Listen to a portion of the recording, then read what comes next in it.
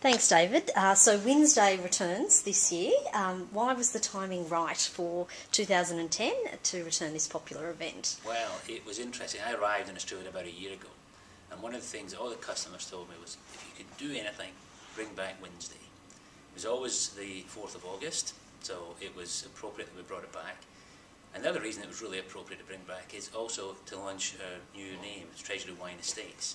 And that name was created and born out of a session we had at Wynns Estate, so it's very appropriate that the name gets its first outing at Wynnsday. How important is a brand like Wynns within the portfolio of Treasury Wine Estates? All the brands are very important, but Wynns in particular. Being Scottish myself, I go back to the Scottish heritage of Wynns, so it's a little favourite of mine. I've been collecting Wynns for years at home.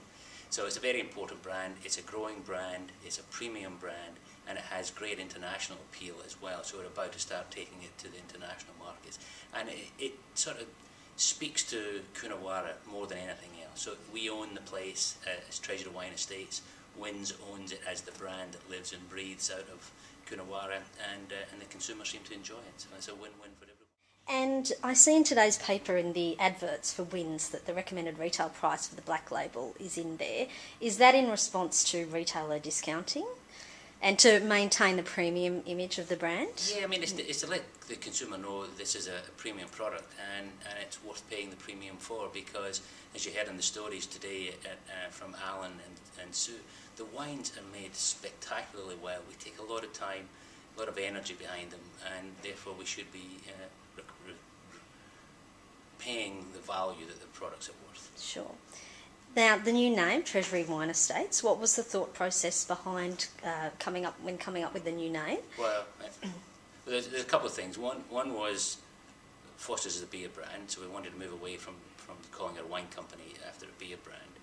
But the name itself is important that we get a new name, but it's more an ethos of who we're going to be. And we took 25 of my team, and we spent a couple of days in Wynns, and we came up with who we will be as a company going forward, what we'll stand for. And out of that, one of the words that kept coming around was, we have these great treasures in our portfolio, and we decided to use the words the team kept repeating over and over again, and out of that was born Treasury Wine Estates. And we think it speaks to the great portfolio, iconic brands that we have. And how's it been received both internally and with your customers? At the moment it's too early with customers, because it's just internally it has been incredibly well received. People have grasped the story behind it rather than the name itself, and having wine in the title is great. So the staff response has been great. Okay. And how would you describe your relationship at the moment with the independents as well as the chains? I think we're trying to build relationships with everyone. I think we need a healthy and vibrant independent channel, and we will continue to support them. It's interesting, if you look at something like Penfolds launch this year, we had a special program just for the independents. We'll be repeating those sort of programs as we go forward. We need the independents to... And how does the company plan to achieve its double-digit target growth for this year? Well, we've got real focus on partnering with the independents, partnering with the chains, partnering with the on-premise. And we've got 3 simple questions that we're asking ourselves. What's in it for Foster's or Treasury Wine Estates? What's in it for the customer? What's in it for the consumer? And we're really focusing on building plans that resonate with all of the consumers and all of the customers, and finding solutions to help drive.